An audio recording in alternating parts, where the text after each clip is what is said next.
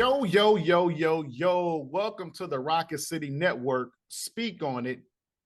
Courtney, we got Ron DeSantis, Yeah. presidential hopeful for 2024. He is running around trying to suppress parts of free speech. He does not like what he calls the woke media, right? Yeah. He has made it his goal to involve himself in culture wars, trying to appeal to those who are not as educated as you and I, right? I will say that these culture wars, they do spark up feelings for people, right? On both sides. Right.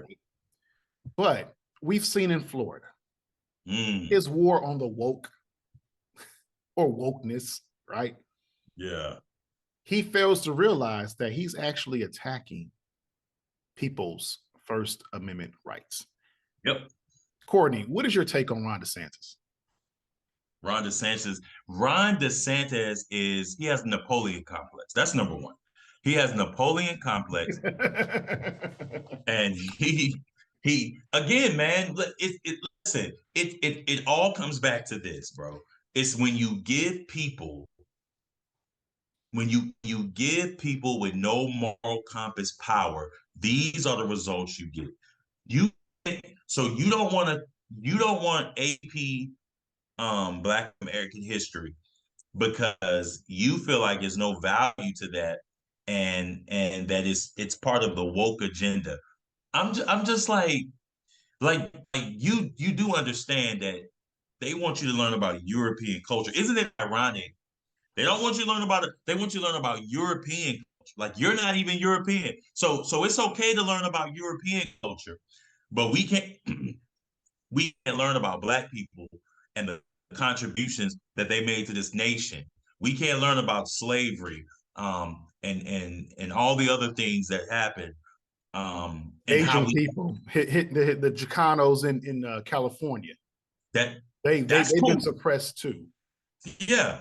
But it's just amazing, man. I just don't understand how people can look at this guy and think he'll be like, do you really think he's an idiot now and he's trying to do everything he can to suppress people's voices in Florida? Could you imagine what it would be like if he won the presidency of the United States? He would be a million times worse. Like we said the other day, we know what we'll get from Trump. DeSantis, because he's trying to prove something, will be 50 times worse than Trump's. And then I would ask your conservative friends, is this your king? Because this is what you want. Because in the Bible, the Israelites wanted Saul they wanted a king. They wanted a king. And God says, I'm your king. They're like, nah. We need a king. We need a physical king, somebody we can see.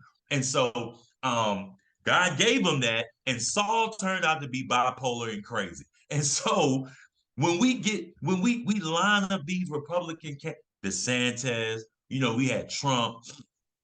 There's no reason DeSantis should be anywhere near anybody's White House in America. He shouldn't even be in the governor's house in Florida.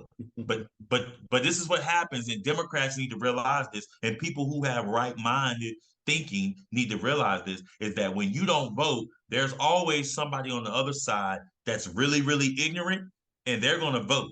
And they don't know nothing about nothing. They just know he has an R behind his name. I'm voting for him. No matter what he supports, no matter what he tore down, no matter how many times he tried to suppress the vote, as long as he has an R behind his name, that's their guy, and that's who I'm going to vote. I've seen too many videos where somebody asked somebody, why did you vote for Trump? Or why did you vote for, like when Herschel Walker was here, right? You know that whole thing in Georgia when he was going to, and I watched the interview and they asked the guy, why are you voting for Walker? This guy literally said, because he's a Republican. That's all he had to be. So It didn't matter that he had several abortions with several women and he paid them money. It didn't matter that he held a gun to his ex-wife's head and told her he was going to blow her brain out. It did not matter that he said that he pulled out a badge from a cereal box and said that he was a policeman. It did not matter about any of those things. All that mattered was if they have an R and this person has a D, the person with the D is evil and the person with the R, they're the good guys. And that's what it is with politics now. It's no gray matter. It's straight down the line. I automatically see a R, and this is the person I'm going to vote for because the person over here that represents the Democratic side, they're trying to take my guns. They're trying to tell me what doctor I can go to. They're this, they kill babies. They're drinking baby. They're putting kitty litter in schools because kids identify as cat. Like, that's the Republican Party, full of conspiracy theories and foolishness, and they're able to succeed because of the ignorance of their voters. Again, I'm not saying the Democrats are the perfect party. They got some stuff to work on. But if you gave me a choice and told me to pick between the Republicans and the Democrats, it's an easy choice for me. It's an easy choice for me. You know why? Because the Republicans are not offering me as a black man or my people anything tangible where I can say, hey, give me my vote. I'm not saying the Democrats are perfect. I'm not saying that for those of you who be like, he can't even. I'm telling you that on this side, it's strychnine. on this side, it's Pepsi. That's not good either. But I'll drink a Pepsi before I drink strychnine. You know what I'm saying? Yeah. And back to the whole DeSantis, right? When he went on this whole woke media, what got me was he decided to go on this rant, this tirade, the weekend of MLK's birthday. Yep, exactly. MLK, a guy that some of my Republican friends love to tout, right? They love to tout him as a great leader. They love the "I Have a Dream" speech, right? Yeah. Never mind all the other speeches, such as a letter from a Birmingham jail, right? They never want to acknowledge that one. But you have a guy, Ron DeSantis, who is a coward. Oh yeah.